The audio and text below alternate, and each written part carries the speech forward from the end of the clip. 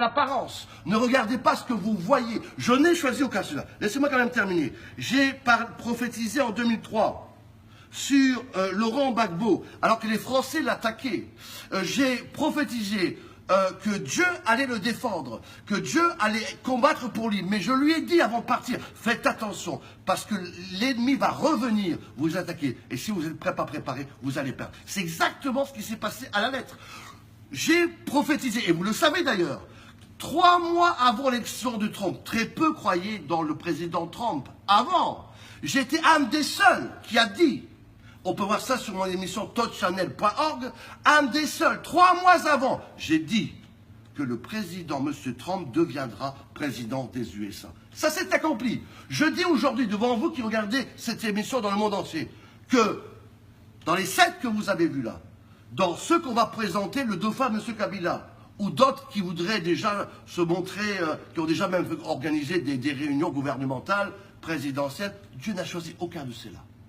Parce qu'il a quelqu'un. Mes amis, Dieu veut faire quelque chose de puissant pour le Grand Congo. Je dis bien le Grand Congo. Et il a quelqu'un qui l'a oint. Parce qu'on n'a pas affaire, mes amis, à un combat charnel, on a affaire à un combat spirituel. Et Dieu, mes amis, veut manifester sa gloire. Le problème du Congo est spirituel. Et c'est pour cela que Dieu va choisir quelqu'un. Parce que Dieu, mes amis, écoutez-moi bien, on parle déjà du Congo, dans Ésaïe 18, le Sophonie 3, de ce pays qui est près d'un fleuve. On parle, la carte d'ailleurs du Congo, quand j'étais en Israël, se trouve même incrustée dans une synagogue. Dieu a un plan pour ce pays. Écoutez-moi bien. D'ailleurs, pour ceux qui connaissent bien, qui poursuivent, qui suivent les actualités, la carte du Congo est apparue il n'y a pas si longtemps que ça, n'est-ce pas, à Goma. Mes amis, Dieu a choisi un oint. Un oint, je dis bien un oint, c'est-à-dire quelqu'un qui craint Dieu, pas quelqu'un qui se dit chrétien ou qui va à l'église. Vous savez, tous les Congolais vont à l'église. Est-ce que ça veut dire qu'ils craignent Dieu? Parmi ces 7 que vous venez de citer, certains ont même mis la Bible sur leur poster. Mais est-ce que ça veut dire qu'ils craignent Dieu? Non. Mes amis, moi je parle d'un oint qui craint l'Éternel. Écoutez-moi bien, il y a eu une prophétie en 1995, en 1995. Par le full gospel du plein évangile, certains vont se rappeler de cela au palais du peuple de Kinshasa. Je parle de 1995.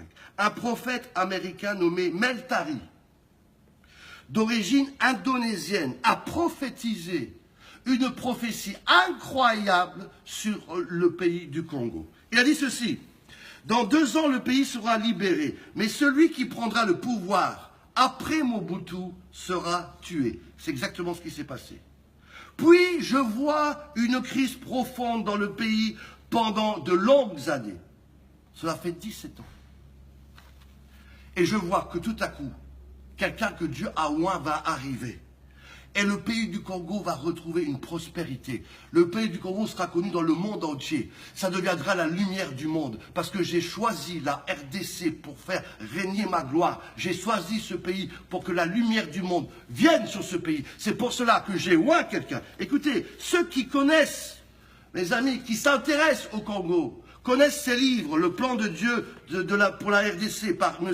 Émile Kamimbaya Mogulu. Que dire de la destination prophétique pour la RDC par le messager de Binza, 18 août 1978. Que dire aussi de M. Alain Moloto, que tout le monde connaît, n'est-ce pas, qui a écrit ce livre, Le plan de Dieu pour le Congo. Ces 3 auteurs parlent dans leur livre du plan prophétique, de la destinée prophétique de ce grand pays, parce que le Congo est choisi par Dieu. Pendant longtemps, il a été négligé. Pendant longtemps, on a laissé ce pays gouverner de manière illégitime, de manière scandaleuse. Tout est pillé, les gens vivent dans la précarité, alors que Dieu a donné à ce pays la plus grande richesse du monde. Et c'est pour cela que maintenant il dit, stop, la récréation est terminée.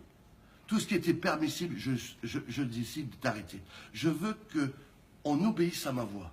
Je veux que vous laissiez le gouvernement de Dieu s'installer. J'aimerais vous dire, oui, je répète, parole de Dieu pour le Congo.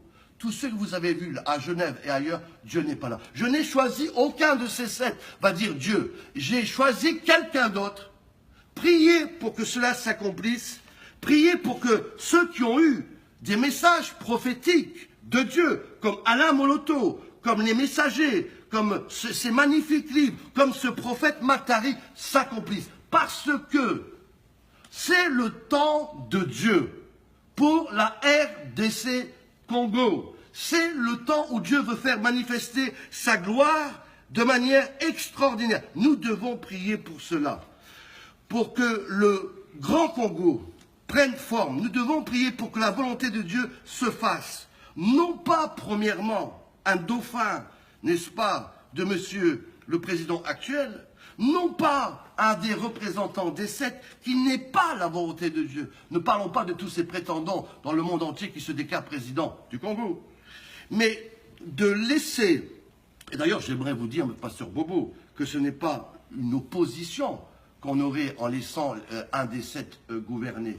On aurait une continuation, parce que ce sont tous des gens qui ont eu déjà part à des postes